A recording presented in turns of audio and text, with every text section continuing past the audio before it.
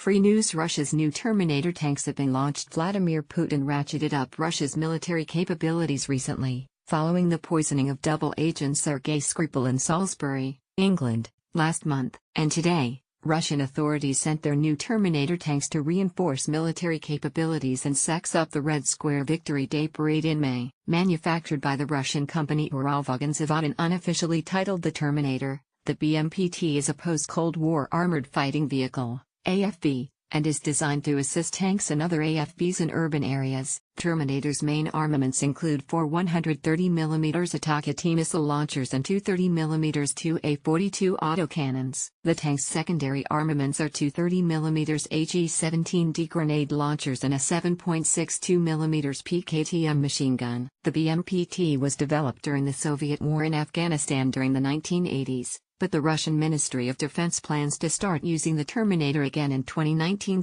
The unveiling today comes amid heightened tensions between the UK and Russia after the poisoning of the Russian spy on British soil last month. Yesterday, Britain's Defense Secretary Gavin Williamson said, "We have now entered a new era of warfare." Free news: Putin has been provoking the West again. Putin is investing in long-range missiles, boasting about nuclear systems and engaging in brazen cyber operations.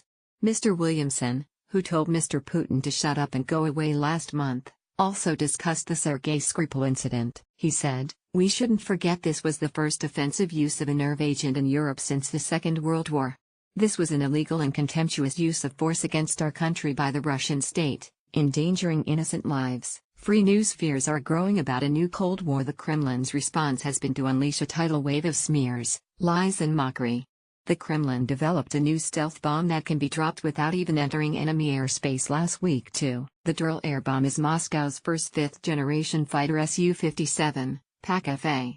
Deputy head of Techmash concern Alexander Kochkin said, "The Dural can be used on all types of aircraft, from long-range strategic bombers to ground attack planes. A plane drops the bomb, it starts to glide down and its onboard self-homing system puts it on track to its target." Russia's ambassador to Australia even explosively claimed the world is about to enter a Cold War situation last week. Gregory Lavinov said, "The West must understand that the anti-Russian campaign has no future.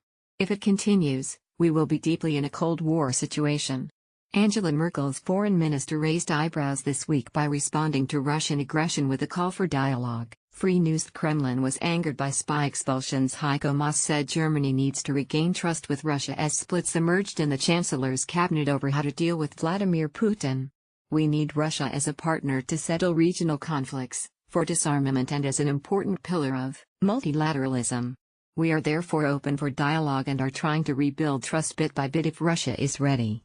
Theresa May and Boris Johnson have argued robustly in favor of sanctions on Russia recently and have had significant success in building an international consensus around their plans. As war fears grow, the pair got Western allies to expel 130 Russian diplomats from around the world, including 60 from the USA, 13 from Ukraine and 4 from each of Germany and France.